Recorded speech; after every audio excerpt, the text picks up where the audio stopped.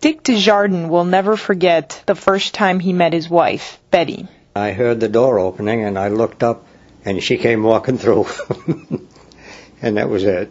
It was really love at first sight. She says, it was the same for me.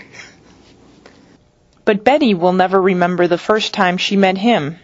We've been together for 60 years now. Wow, you didn't speak to him. You were 18 years old when I first met you. Robbed of memory and many brain functions, Betty, who is 80, has been battling frontotemporal dementia for 14 years. She asks me quite often who I am and what my name is. What should she call me? Can't believe my name even. And so, of course, she doesn't recognize our children or who they were or that she had children at all. She doesn't remember being married. Despite those setbacks, Dick's love for Betty is as strong as the day they married. I was 25 and she was 18. I had never experienced anything even remotely like that. And that was it, and it has never changed.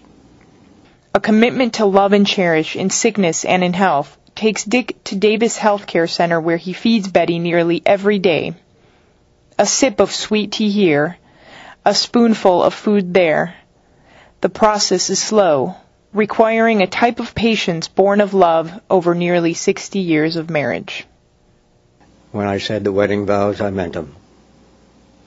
And they still exist. She's still my wife. In many respects, she's not the same woman at all from what I married, but she's still my wife, and that's it. And she gets very cheerful when I come, and we keep going the best we can. For most of their marriage, the couple led a normal life. That changed 14 years ago. Hallucinations began, and there were people in the apartment who were not there.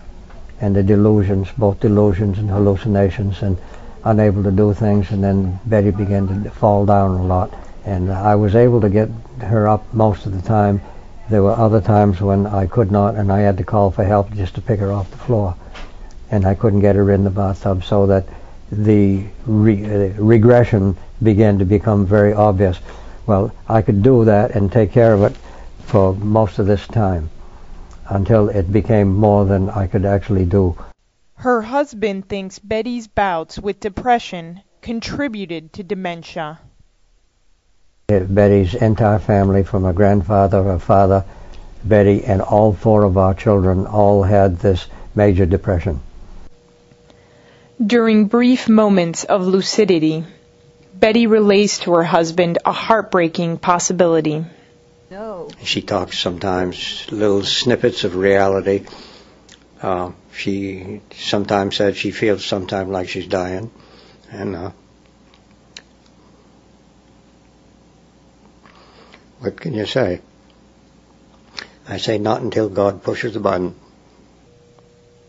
Still, Dick makes the most out of their time together. Yeah. And they continue to communicate as a couple.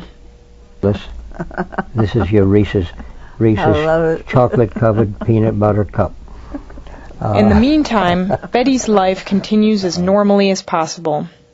One day, she even gets her hair done in the nursing home salon. There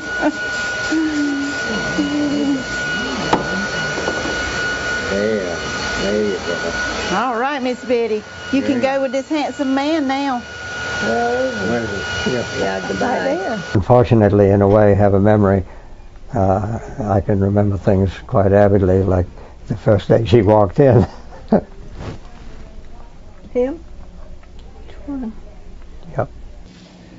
While dementia is incurable, Dick finds the best medicine for Betty is to continue to nourish her with love.